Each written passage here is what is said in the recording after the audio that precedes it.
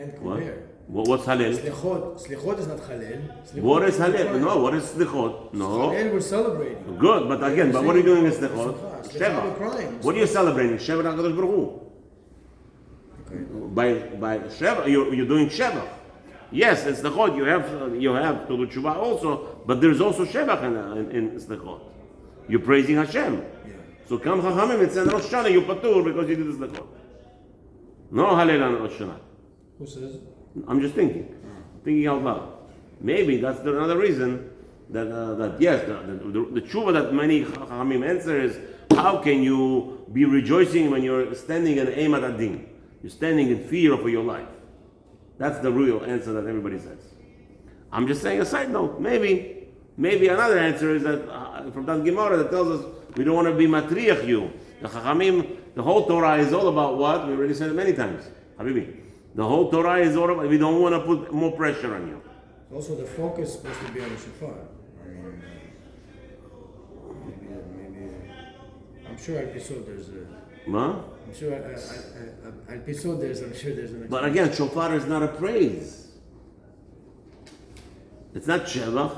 Shofar is we're saying to Hashem, remember this, Avraham Avinu, what he did. Very nice. Again, it could be a praise for Avraham Avinu, the shofar. It's to awaken Rachmei Shamayim through the act of the Avraham Avinu. But over here, we have a chiyuv to praise HaKadosh Baruch Hu. All the tefillot is all about what? Praising Him. So why take away the halal? Because you know what? You already did it. You did it for the past Ashkenazim, whatever, a week before. We do it 30 days, fine. Huh? Why I tell you why? Because they don't understand. We are here to fix Ashkenazim. The Sephardim don't have a big problem. The Sephardim think that the Ashkenazim are here. We're here for Ashkenazim to fix us. It's not true. I'm telling you, why HaKadosh Baruch Hu had to put us together all of a sudden? Because there's a big problem. All the Holocaust, all these disasters, the actions were very much mistreatment with this whole the reality of the way that Ashkenazim treat each other and the whole concept. How you ever have Herzl and all those guys, they were negotiating with Nazis. Habibi, you have a whole town of Europe, Poland, you're going to kill 100 to 300,000 Jews, give us all the youngsters, the 10,000 youngsters, and we won't make too much noise. That was the deals. And that's how they did. The only thing happened in Israel, all the kibbutz. In the land of Israel, Herzl and all those things, they were allowing all the non-religious Jews to come in, the youngsters. And the whole establishment of Israel was on that base. Was that we're going to take religious Jews, those sick people, they're mentally sick people, we have to revive them, re-establish them. That's the whole government of Israel. That's what they were doing. They were reforming the Jews to become whatever, Christians or whatever it is, the whole thing that they were working on. And unfortunately. So how do you have that? How do you even have that? Let's say even a non-religious Ashkenazi, how do you even have such an idea? How do you have such an idea? Because there are many poskim, and at that time they were doing things and pasking halacha with many leniencies against Rambam, where Rambam says you don't sacrifice one Jew. If a goy comes and says, "Give me one Jew, or I'll kill 18 million Jews," you tell him, "Kill me 18 million Jews." That's Rambam. Lefi poskim of Ashkenazim, they were looking for heterim, and if you take a look at the 100 years ago poskim, I'm talking about prominent poskim, they were noite, to sacrifice a little bit to save the rest. They were allowing it. Like Feres Yisrael and his Psaki Halacha, there was more leniency in many things, like in reference to into medication that we cannot say the word, otherwise YouTube goes crazy, right? The word V that starts with V. 100 years ago in Europe, it was very prominent. Everybody to be V. There were towns that were 135% V. Not 100%, meaning people took more than they were supposed to, just to get the government off their back. And we're talking about Jewish towns. And they got nowhere. Medication that's supposed to prevent. The preventative medication starts with the word V, if you understand what I mean. For preventing from having sicknesses. Remember this whole thing. Even what's his name? You know the famous thing with Rabin, with Peres. There was boats of Jews coming in, They said, no, they have cholera. Those Jews have cholera. They bombed those boats.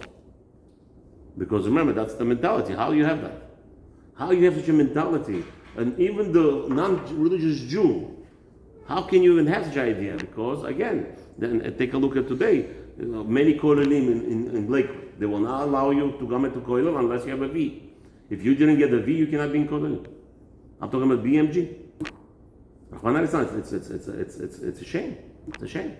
That something's wrong with the Torah. Something's wrong. Okay? If you don't have a V, you cannot come to school. And they're okay with it. All these Ashkenazim yeshivas, they throw out kids left and right. 10,000 kids were thrown out if you don't have a V.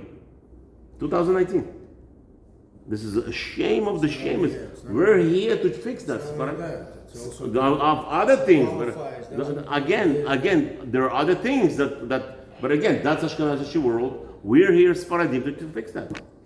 We're supposed to teach them how it's not supposed to be like this. Again, Emunah, Sephardim always Tmimut. I have a friend, he's Ashkenaz, diehard. Yeah. I went to the supermarket, I saw kids.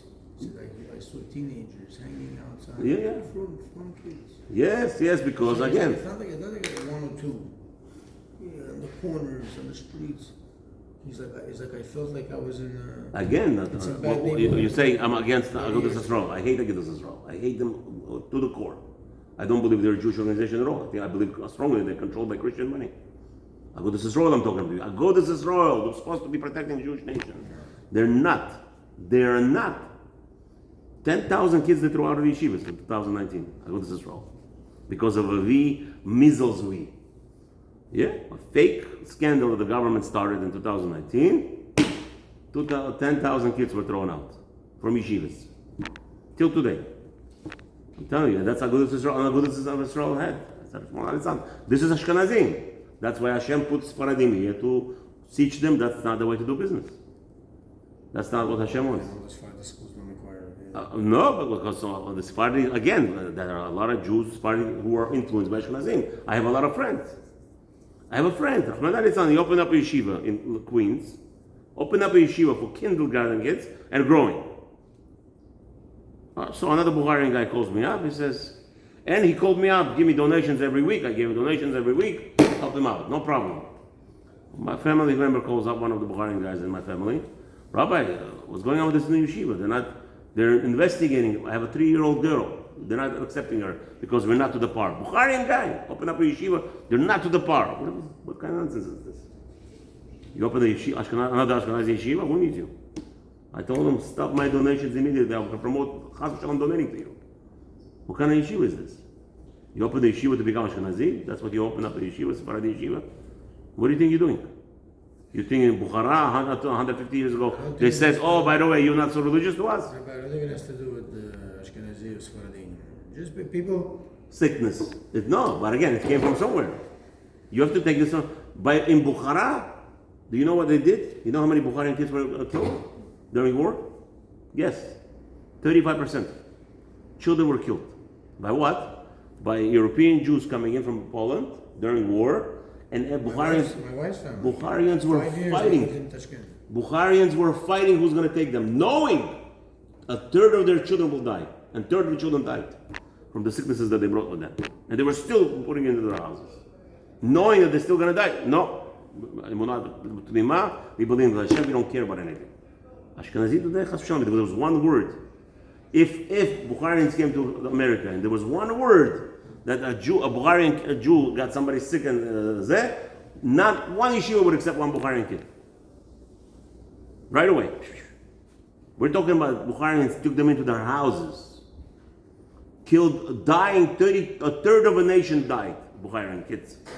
A third of children were dying from the European Jews coming during the World War II. So what about adults? No, the adults were more tolerable. They could tolerate. Because they had sicknesses. They had young sicknesses that children couldn't tolerate, yes. Yes, a lot. And Bukharians let them in, Sephardim. I'm sure other countries also. So we come over here and now becoming Ashkenazi. What do you came here for? To open a yeshiva that you're going to become Ashkenazi? Telling a 3-year-old daughter cannot come into my school because they're not up to par to you? Come on, who needs you? Who needs such a yeshiva? Yeah? So that's what we're here for. Okay, that's why you asked me a question, why I attack Ashkenazim all the time, that's why. because we're here to teach them, and B'ezrat Hashem, the word will spread out, and hopefully it will stop this whole nonsense. Sephardim are here to teach Ashkenazim to believe in Hashem, and yes, even sometimes sacrifice. Were they right? Of course they were right. What's the biggest today? Bigger than all the people, all the Hasidim. The biggest of one community that's grown more than 500,000 already all over the world. Bukharians. Even why? Because of that sacrifice that they made. A third of the nation died in 1940s, throughout the whole world to 1950s and up. A third of our population were murdered by whatever they killed. They died from accepting the six families from Poland. And Baruch Hashem, look, over 500,000 Bukharians all over the world. No Eidah could say that, by the way. No Eidah could say that we have such a big thing. And I believe it's because of this concept. And today I come in and I hear Bukharians in Lakewood act like Ashkenazim. Baku also had a lot of Ashkenazim, a lot. Yeah. Baku was a very mixed, like Tashkent, very mixed cities, but we had a lot of Ashkenazim. But it hurts me. I see a Bukharian guy, Baruch Hashem, successful in Torah, opening a yeshiva, and now he's playing the same game. I can't accept a 3-year-old daughter because the parents are not up to par to him. Take the child and have the parents go after the child. That's how we became religious. We became religious. We went to yeshivas, and our parents, some went with us, some went off. Okay, yeah. But you're here to educate. If you're an educator, if you're in business of education, if you're in business for money, then you're right. Don't accept the children, and you're not allowed to accept tzedakah also. It's a waste of money to give tzedakah to this place, and you cannot use your master money to give tzedakah to these places. You could give help. You want to give gifts. You're allowed to give out gifts for free, but I don't know if you're allowed to give to such places where they are promoting anti-Semitism. This is called anti-Semitism. A yeshiva not going to take a child into school because the parents are not up to par. That's anti-Semitism. That's against Yiddishkeit. And B'ezrat Hashem should help us. Should stop this nonsense. Again, Sephardim are here to educate Ashkenazim how to live a life as a true Jew. B'ezrat Hashem, one day. Okay, let's start.